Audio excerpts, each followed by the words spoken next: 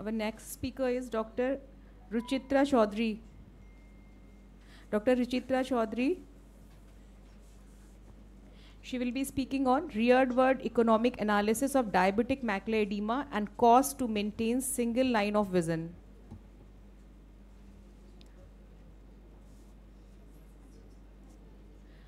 Good afternoon, everyone. Please start the slides. The topic of presentation today is real-world economic analysis of diabetic macular edema and the cost to maintain single line of vision. So, India being the diabetic capital of world has a prevalence of 5.6% of sight-threatening diabetic retinopathy.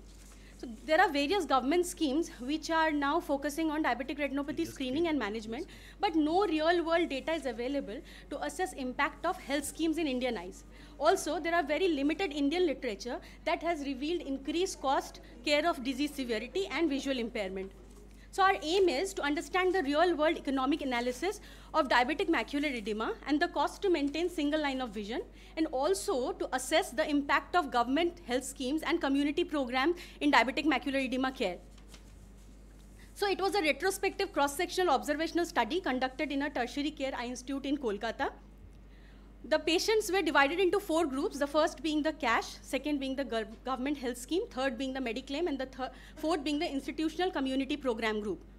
All the patients included in the study went through equal quality of eye care as a part of uniform institutional protocol, and the cost analysis was done as per the number of clinic visits, OCT, and the treatment provided.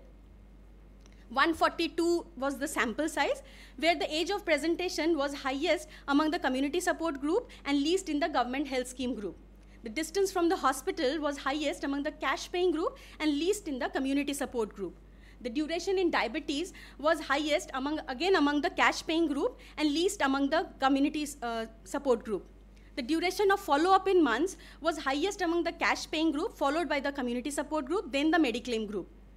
The BCVA at final visit had the highest number in the community support group and then the cash paying group. The central macular thickness was highest in the cash paying group, again followed by the government health scheme group and least in the community support group. The total number of anti-VEGF given was highest among the government health scheme group, followed by the community support group, then the Mediclaim group.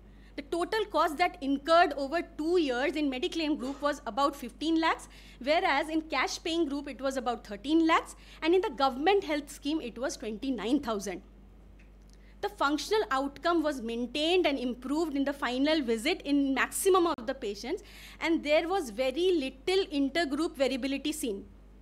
So the mean cost that incurred per year was 70,000 INR for those who had Mediclaim and for cash paying groups.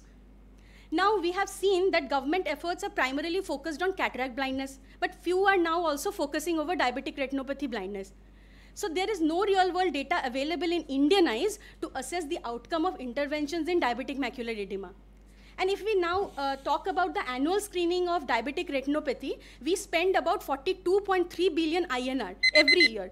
And if we talk about 20% of such patients who need treatment, then 2.9 billion INR is spent. And if we don't, the estimated lost economic activity per year is 472 billion INR.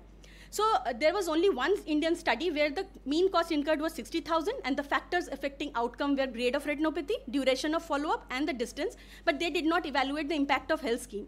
In our study, the cost of treatment over 1 year was 70,000 INR, and the maximum vision gain, maximum number of injection, and maximum duration of follow-up was in community support group and the government health scheme group. So it is important to remember that India per capita income is 98,000 INR in 22-23. Whereas the current average cost of DME treatment over a year is 70,000 INR. So definitely there is a need for government and community support in diabetic macular edema care. So this provides a valuable data for policymakers to optimize government funding for diabetic retinopathy treatment, because this study is underlining the real-world efficacy of government schemes and community support programs. Still, we have some limitations, like it was a single-centered retrospective study with a small sample size. And I would like to conclude with that government schemes and community support programs can definitely help the underprivileged patients to get same level of outcome as Mediclaim and out-of-pocket patient, cash patients. And this study is definitely going to provide a framework for policymakers to allocate funding for diabetic retinopathy care. Thank you. Thank you for the nice presentation. But I know you see lots of patients there in Netralayam, isn't it? Anyway, any questions? The visual acuity was best in community support. Yes, sir.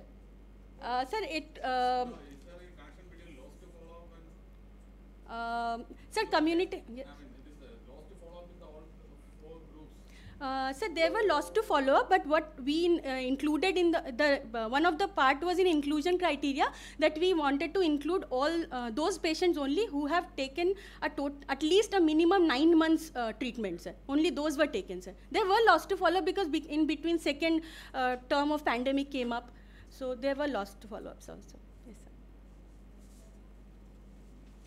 Thank you, ma'am. Thank you.